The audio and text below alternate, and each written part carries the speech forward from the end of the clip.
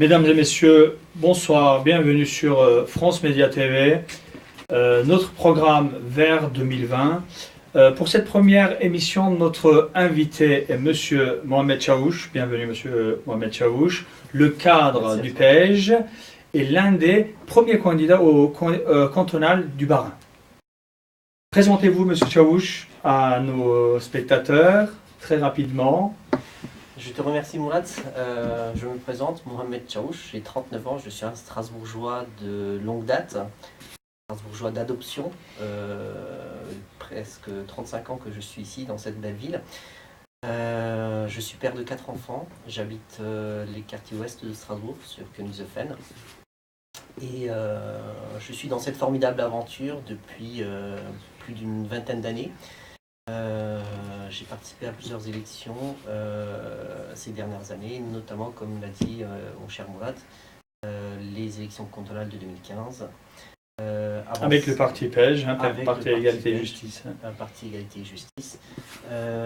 Et avant ça, j'avais aussi fait une municipale. Voilà. Voilà. Le concept principal de notre émission sera basé sur les élections en général et surtout les élections municipales à venir en 2020, donc plus particulièrement. Tous nos téléspectateurs sont bien entendu invités à participer à notre émission. Contactez-nous donc via les contacts qu'on va afficher sur les écrans. Mohamed, on va d'abord faire l'analyse des dernières élections législatives qu'on a vécues en juin dernier avec le parti Égalité et Justice. J'aimerais que tu essaies de nous faire un petit résumé de ce que vous avez ressenti, les résultats. Est-ce que c'était au niveau de vos attentes, les résultats, et surtout la réaction des Français d'origine d'ailleurs, hein, donc, et surtout les associations issues de l'immigration. Comment est-ce qu'ils ont agi, comment est-ce qu'ils ont participé à ces élections? Mon cher Mourad, tout d'abord, je voulais te remercier par rapport à cette invitation. Tu me fais l'honneur d'ouvrir cette nouvelle saison de Média France TV par rapport à ton émission. Donc, je suis honoré d'être ton premier invité. Après cette longue coupure estivale que tous nos cadres et tous nos candidats ont bien mérité, c'est un nouveau marathon là qui nous attend. Jusqu'en 2020, comme le dit très bien le titre de ton émission. Donc ce qui va se passer, c'est un long marathon qui va débuter très prochainement jusqu'en 2020.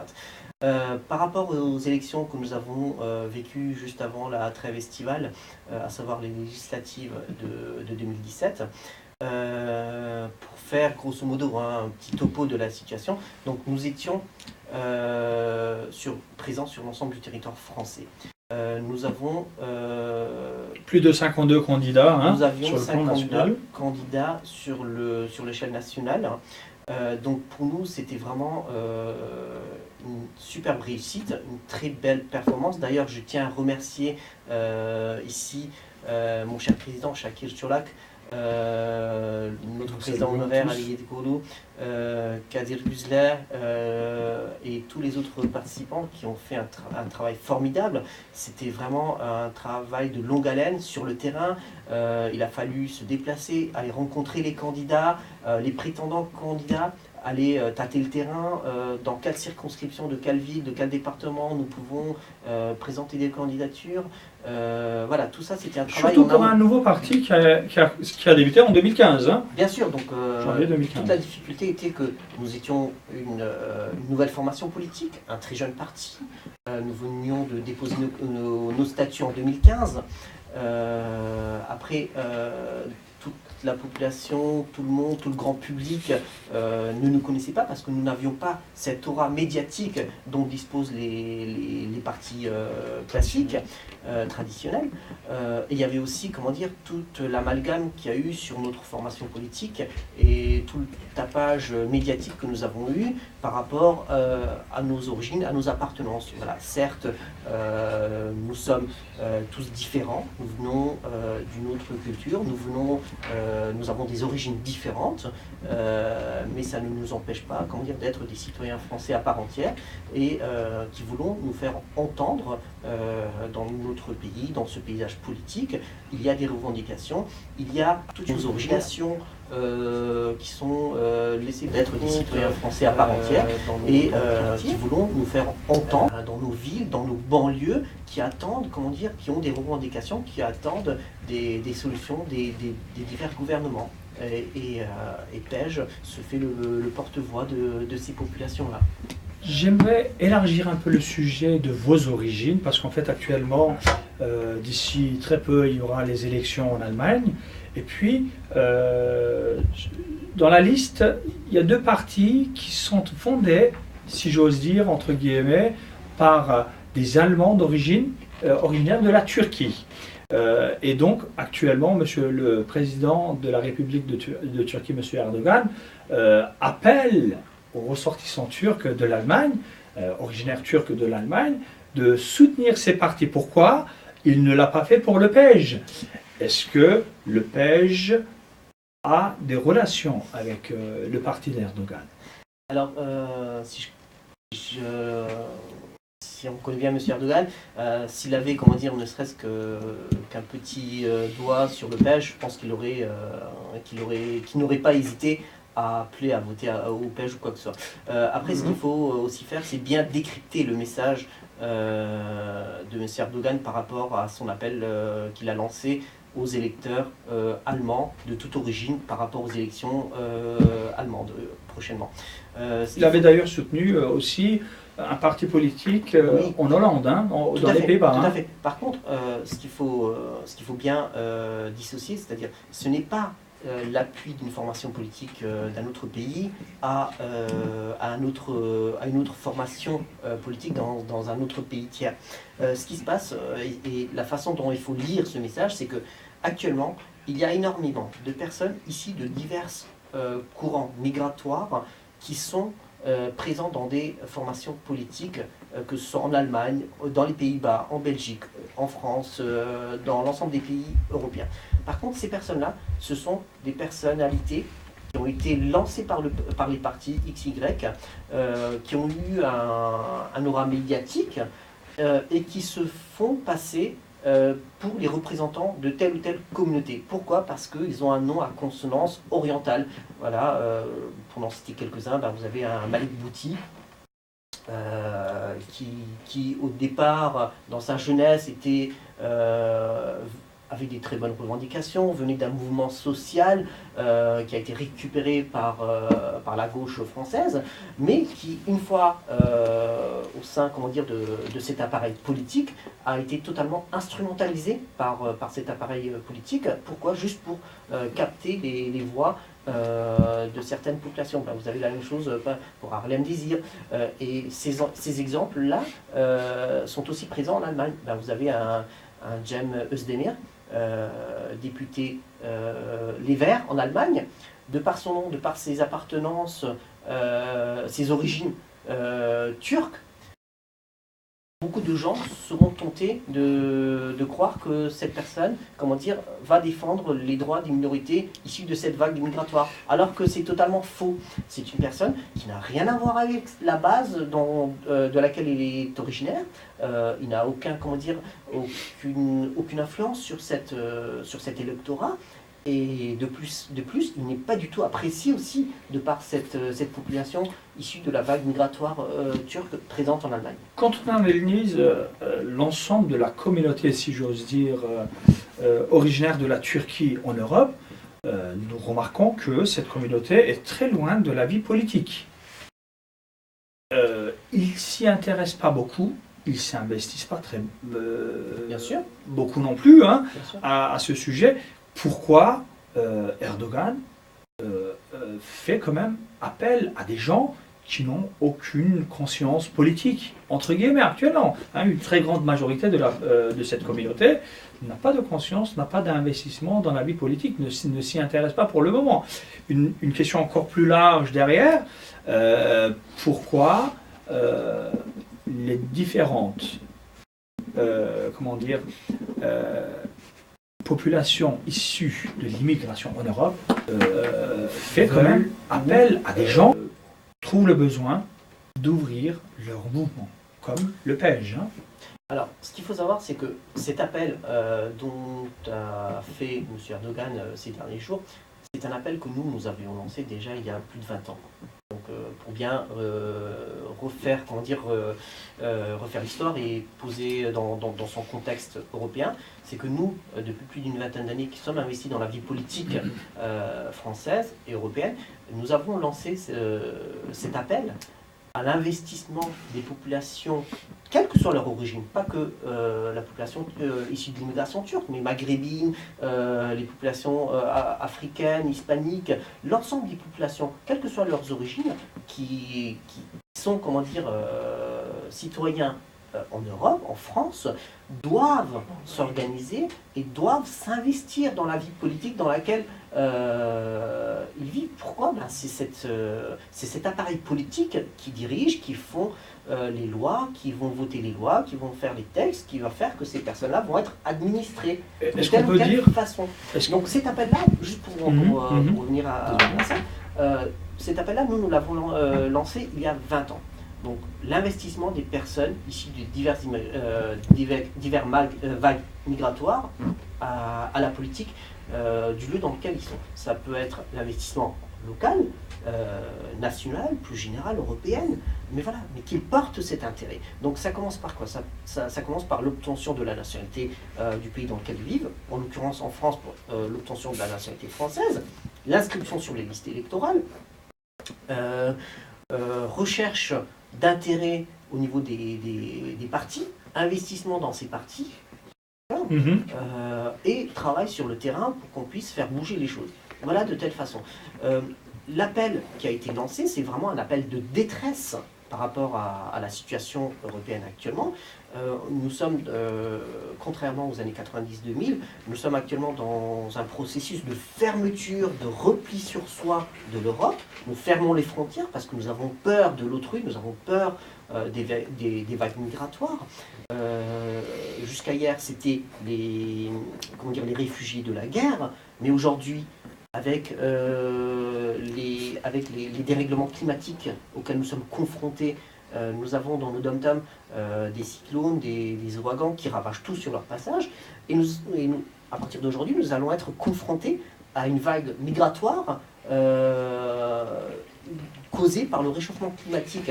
Alors, je pense qu'il y a des personnes aussi qui vont être réticentes par rapport à ça. Ils vont dire, bah non, on n'en veut pas, ils ont qu'à rester chez eux, dans la misère, dans l'indifférence totale. C'est pas ça l'Europe, c'est pas ça les valeurs humanistes que l'Europe a prônées lors de sa formation. Ce n'est pas ça. Justement, à ce sujet, peut-on dire qu'une partie de la population européenne, donc que ce soit en France, en Allemagne ou ailleurs, qui sont issus de l'immigration, ne ressentent pas qu'ils sont représentés sur le plan politique, d'où l'ouverture de ces petites parties politiques. Alors, il y a le fait d'être toujours stigmatisé, toujours rejeté. C'est la fatalité dans le sens où ils disent bah, de toute façon ça ne sert à rien. C'est vraiment une population qui a été découragée jusqu'à il n'y a pas longtemps, dans le sens où quoi qu'on fasse, ben, rien ne va bouger. Et nous, au PEJ, et en tant que PEJ, nous voulons démontrer le contraire. Non, investissons-nous. La preuve, avoir 10 000 voix lors d'une seule élection, c'est la première élection nationale à laquelle nous participons. Nous avons récolté 10 000 voix sur le territoire français. Donc 10 000 voix, ce n'est pas rien. Ça veut dire qu'il y a 10 000 volontés, 10 000 cœurs qui ont battu avec nous, qui ont espoir en nous, qui attendent que nous bougeons, que nous faisions plus pour demain, pour le lendemain. Et ces 10 000 voix, ben, en fait, ils vont se transformer en 15 000, en 20 000, en 30 000, et ainsi de suite, et ainsi de suite. Et c'est que comme ça. C'est pas du jour au lendemain que nous pouvons, sauf si vous avez l'appui des Rothschild, des grands groupes comme a eu M. Macron, là peut-être d'accord, mais ce n'est pas le cas. Nous sommes un mouvement du peuple, donc le peuple va cuisiner sa sauce, et petit à petit ce mouvement va prendre de l'ampleur. Nous sommes conscients que ça va prendre du temps, c'est un travail de longue haleine, de très longue haleine. c'est un marathon. L'aventure ne va pas s'arrêter en 2020. Nous ne sommes qu'au début de cette aventure et nous en sommes très conscients. Peut-être que ça va être nos enfants, nos petits-enfants, nos arrière-petits-enfants qui vont en bénéficier. Et c'est un investissement de très longue haleine. Voilà, je me retourne juste vers la régie pour voir, parce qu'en fait nous allons, si tout va bien, passer en direct avec l'un des candidats que nous avions à Valenciennes, cher monsieur Amara. J'aimerais savoir si nous sommes prêts, pas pour le moment. Donc on continue. Quelques chiffres à communiquer. Plus de 300 partis politiques en France. L'un de ces 300 partis Égalité Justice qui a été fondé en 2015, qui s'est lancé en janvier 2015 avec vous dans les cantonales. Et puis, vous avez dépassé dans certaines régions des partis, des mouvements politiques qui existent depuis plus de 30 années. C'est quand même bon signe pour vous. Bien sûr, ça donne espoir et ça veut dire que voilà, je donne l'exemple des partis communistes, voilà un parti fossile qui n'hésite pas à taper sur le page de par l'appartenance de ses candidats, de ses dirigeants, de ses cadres, en disant voilà, vous êtes les représentants de l'AKP en France et tout, alors que ça n'a rien à voir. Le Parti communiste, je pense qu'il est encore resté dans ses époques bolcheviques. Malheureusement, et il n'a pas évolué dans le sens où ce n'est plus la France des années 1910, 1920, 1930. Nous sommes en 2017. La population française, européenne, mondiale a énormément évolué de par sa composition et nous devons faire de la politique autrement avec ces populations présentes sur le sol français. Alors mes amis me signalent que monsieur Amara, qui était le candidat aux législatives de juin 2017 de Valenciennes, est en direct avec sa suppléante, Madame Yuna Ifakat. Tout d'abord, bonsoir Monsieur Amara, vous m'entendez? Oui, très bien, je vous entends. Bonsoir aussi, de même. Est-ce que vous m'entendez? Oui, voilà, on a votre voix. Bonsoir, bienvenue sur France Média TV à l'émission Vers 2020. D'abord, présentez-vous à nos téléspectateurs et pourquoi vous avez choisi de faire de la politique et pourquoi le PEJ? D'accord. Alors, avant tout, bonsoir tout le monde, marhaba. Je m'appelle Yazid Amara, donc je suis natif de Valenciennes, j'ai 53 ans, marié, 4 enfants. Pourquoi de la politique? Tout simplement, c'est qu'à l'époque, j'étais avec le Parti Socialiste, de là pendant 13 ans. Ensuite, j'étais avec l'UDI pendant 2 ans. Je me suis toujours senti isolé, écarté justement des décisions qui sont prises à l'instance même, c'est-à-dire de ces appareils politiques. Et à partir de là, je me suis retiré. Puis après, avec le temps, j'ai déjà entendu parler du PEJ, donc par le biais de l'Internet et tout. Et j'ai rencontré Yuna. Yuna m'a exposé un peu le PEJ. Et en toute sincérité, j'ai dit, bon, pourquoi pas ne pas essayer aussi avec ce parti politique. Et en toute sincérité, j'ai trouvé une ouverture, non seulement, c'est-à-dire pour moi-même et pour pouvoir évoluer dans ce parti-là, et me donner la possibilité aussi de m'exprimer. C'est pour cette raison que je suis resté dans le PEJ. Et à partir de là, donc, on s'est lancé, Yuna et moi. Le combat a commencé. Nous avons fait un peu le travail de terrain, quoique on s'y prend un peu en retard, mais après ça, on en discutera. Alors, une autre question. À votre avis, pourquoi les Français issus de l'immigration ne sont pas suffisamment intentionnés aux élections? Alors ça, j'ai toujours abordé ce sujet aussi. Donc ça, c'est une question de culture, moi je pense que dans la tête, moi-même aussi, je me suis pris un peu tard aussi, quand je me suis lancé dans la politique, c'était dans les années 2003. J'ai jamais été intéressé parce que je me suis dit à quoi ça va servir, à quoi ça sert. Je ne vois pas l'intérêt, l'importance, et je me sentais pas concerné. Mais la société, elle a changé depuis. Exactement. Donc la société elle a changé, il y a eu des mutations aussi, et je me suis dit, oh là, on ne peut pas rester les bras croisés et garder le silence. On est obligé de mener le combat. Et je pense que ça fait partie de notre vie aussi. Il faut défendre nos idées, il faut s'exprimer, il faut s'opposer à certaines choses, à certaines idées qui sont prises par certains appareils politiques. On ne peut pas rester inactif. Rester inactif, pour moi, je ne vais pas reprendre l'expression de Macron, les feignants, non, loin de là. Je n'ai pas ce genre de linguistique, ce vocable, c'est-à-dire au bout de ma langue, mais tout simplement, je dis que tout individu est responsable de soi et on doit avoir une prise de conscience. Cette prise de conscience, d'accord, c'est qu'à un moment donné, je dois être l'élément moteur et participatif, d'accord, dans ma propre société. Alors, Monsieur Amara, comment est-ce qu'on peut décrire le manque d'intérêt des associations qui sont issues justement de ce milieu immigré, entre guillemets, durant ces élections? Certes, les gens ne sont pas prêts, n'ont pas cette culture politique. Et pourquoi les associations de cette population ne les a pas poussés vers cette culture? Les deux sœurs, on peut dire. C'est parce que moi, je pense que dans un premier temps, avec mon expérience, ils n'ont pas de leader en fait dans les associations. Hein. Ils n'ont pas de leader. Ça c'est un premier point, c'est le premier constat. Le deuxième constat aussi, c'est que il y a certains appareils politiques qui font qu'à un moment donné, d'accord, ils arrivent à museler aussi certaines associations qui sont issues c'est-à-dire de l'immigration aussi. Et puis il y en a qui veulent, comment je vais dire ça? Il y a la peur aussi. La peur de se mettre en avant, d'accord? Parce qu'il y a toujours une idée derrière la tête, c'est quel est mon intérêt, soit de garder mon silence, quel est mon intérêt par rapport aux appareils politiques existants, ou bien quel est mon intérêt si je m'investis. La peur, c'est si je m'investis, est-ce que j'aurai les mêmes atouts, les mêmes acquis sociaux dans le cadre de mon association pour pouvoir évoluer. Et ils ont peur des fonctions aussi, on peut dire. Exactement. Alors,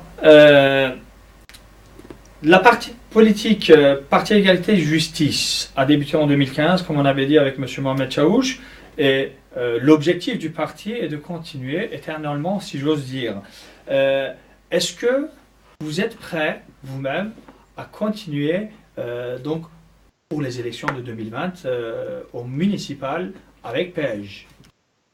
Mais je ne vais pas simplement m'arrêter à 2020. Je ne m'arrête pas seulement à 2020. Moi, j'avais déjà abordé le sujet il y a quelques mois concernant les élections, c'est-à-dire européennes aussi, les députés européens aussi, pour 2019.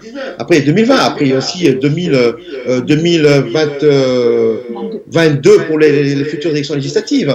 Moi, je pense que mon engagement personnel dans le PEJ fait qu'à un moment donné, je ne peux pas m'arrêter là. Non, j'ai passé une belle aventure, d'accord, et je veux que cette aventure continue encore, tout simplement, voilà. Avec Yuna, puis avec d'autres, il y aura un gros travail à faire, certes. Il y a des défis, les défis on les aura, on va essayer de pouvoir faire face à des montagnes quand même. Comme j'ai dit tout à l'heure à Yuna, il y a l'Everest, le petit froid là-haut, on va essayer de surmonter le froid, il y a le désert, on va traverser, il y a la chaleur, on va essayer quand même d'y faire. Voilà, mais il y a un travail de fond à faire. Moi je pense que pour 2020, on est en pleine réflexion, on en a déjà discuté au lendemain des élections législatives, là Yuna est revenue, maintenant on est ensemble, je suis content, elle a bien embelli, elle s'est bien reposée pendant la période des vacances. Et là, on commence à discuter pour 2020. Le comment, quelle méthode on va mettre en place, on va y travailler. Et on y travaille. Pour le combat. Voilà. On va poser les mêmes questions à Madame Yuna Ifakat. Quelle est votre analyse des élections que vous avez vécues en juin 2017 et donc, surtout, est-ce que vous avez des choses à rajouter concernant les associations l'issue de l'immigration? Oui, on a beaucoup de choses. Hein. On peut dire que ça a été très positif pour nous. Pourquoi? On n'est peut-être pas sorti vainqueur des élections, mais on s'est fait connaître. C'est déjà un grand point. Les gens ne savaient pas qu'est-ce que c'était que le PEJ.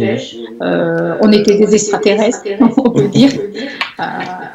On est rentré ici dans le club politique de Valenciennes, on nous a regardé un peu de travers.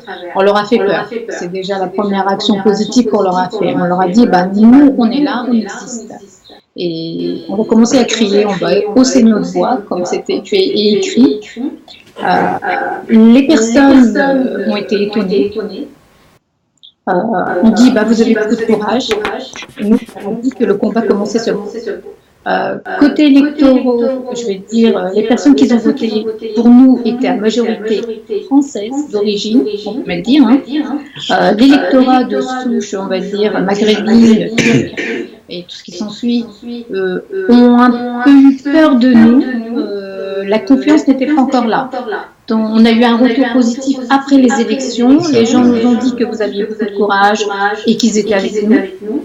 Ça a été après les élections qu'on a eu l'effet vraiment très très positif de tout le monde, comment je vais dire. Surtout, durant les élections, il y avait 3 étapes. Il y avait le avant, pendant et après. Avant, c'est vrai, on a essayé de se faire connaître dans le flou. Le pendant, eh ben, on attendait les résultats. Mais ce qui est important pour nous, c'est l'après. Parce que l'après, moi personnellement, j'ai reçu des appels téléphoniques de pas mal de villes, de pas mal de quartiers.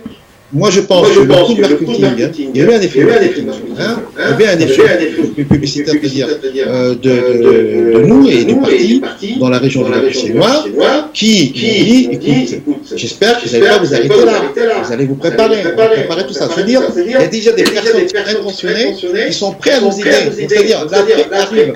Et je vous assure que moi, quand je reçois ces appels-là, j'ai dit à Yuna, un tel m'a appelé, il est de telle région, un tel m'a appelé. Voilà, l'après-coup, il est présent. Il est vrai que le PEJ, il a fait peur. D'accord, PKK, le ceci, le cela, bon bref. Je crois qu'ils n'ont pas bien compris ce qui était le PEJ et tout. Donc voilà, on est le doigt, la main d'Erdogan, le bras, le cerveau, bon bref. On a essayé d'en faire comprendre des choses. Et il est vrai que de ce côté-là, ils ont eu un peu peur. Mais avec le temps, et quand les élections sont passées, donc, ils ont pris un peu de recul, ils se sont rendus compte qu'effectivement, d'accord, ils sont passés à côté de quelque chose. Parce que moi, comme je suis natif de là, Yuna est bien connue ici, ils connaissent notre personne. Et ils se disent que, bon, j'espère que d'ici 5 ans, vous serez toujours présents, vous allez vous lancer, et là, on vous fera, et on participera. Voilà. Merci beaucoup à vous deux. Et puis, bonne soirée. J'espère vous retrouver avant 2020, à nouveau, sur cet écran. Il n'y a pas de souci. Merci beaucoup à vous aussi. Bonne soirée. Je vous remercie. Bonne soirée. Au revoir. Je vous en prie. Donc notre émission se termine pour aujourd'hui sur ce direct. Nous allons retrouver d'autres invités sur cet écran. Merci d'avoir participé, Mohamed Chabouche. C'est moi qui te remercie. Et bon courage pour le travail que vous allez fournir pour 2020. Ça commence dès maintenant. Vous êtes bien reposés. Et puis, merci à toute l'équipe. C'est moi qui te remercie. Et je remercie la régie et France Média TV pour ces formidables émissions. Voilà. Bonne soirée. Bonne soirée à vous. Ouais, bonne soirée.